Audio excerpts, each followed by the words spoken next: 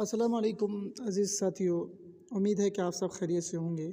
چلیے ایک ایسا واقعہ سناتا ہوں جو شاید آپ پہلے سنے یا دیکھے ہوں گے۔ یہ واقعہ نبی کریم صلی اللہ علیہ وسلم کے پیارے بیٹے حضرت ابراہیم رضی اللہ عنہ کی پیدائش اور وفات سے جڑا ہوا ہے، لیکن نہایت دردناک اور دل کو رلا دینے والا واقعہ ہے۔ دردناک واقعہ: حضرت ابراہیم رضی اللہ عنہ رسول اللہ صلی اللہ علیہ وسلم کے بیٹے حضرت ابراہیم مدینہ منورہ میں پیدا ہوئے۔ آپ کی والدہ کا نام ماریہ قبطیہ رضی اللہ عنہا تھا۔ پیدائش کے وقت رسول اللہ صلی اللہ علیہ وسلم بہت خوش ہوئے اور بے حد محبت سے انہیں اپنی گود میں اٹھایا، اور وفات کا لمحہ انتہائی غمناک تھا۔ حضرت ابراہیم کی عمر ابھی صرف 16 سے 18 مہینے تھی کہ اچانک طبیعت خراب ہو گئی۔ رسول اللہ صلی اللہ علیہ وسلم کو معلوم ہوا تو فوراً ان کے پاس تشریف لائے، انہیں اپنی باہوں میں اٹھایا اور آپ صلی اللہ علیہ وسلم کی آنکھوں سے آنسو بہنے لگے۔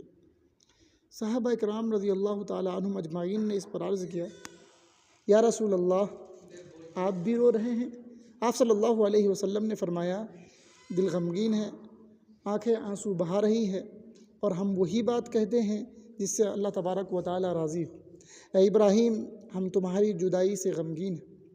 آخری لمحہ حضرت ابراہیم رضی اللہ عنہ نے جب اپنی آخری سانس لی تو نبی کریم صلی اللہ علیہ وسلم نے انہیں اپنے سینے سے لگائے ہوئے تھے۔ آپ صلی اللہ علیہ وسلم مسلسل انہیں دیکھتے، چومتے اور نہایت نرمی کے ساتھ ان کی تدفین میں بھی شریک ہوئے۔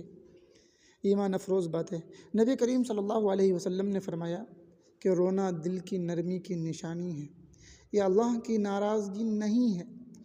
اسی دن ایک واقعہ پیش آیا، یعنی سورج گرہن ہوا، تو لوگوں نے کہا کہ یہ ابراہیم کی موت کی وجہ سے ہے، مگر آپ صلی اللہ علیہ وسلم نے فرمایا سورج اور چاند اللہ کی نشانیوں میں سے ہے، یہ کسی کی موت یا زندگی کی وجہ سے گرہن نہیں ہوتے۔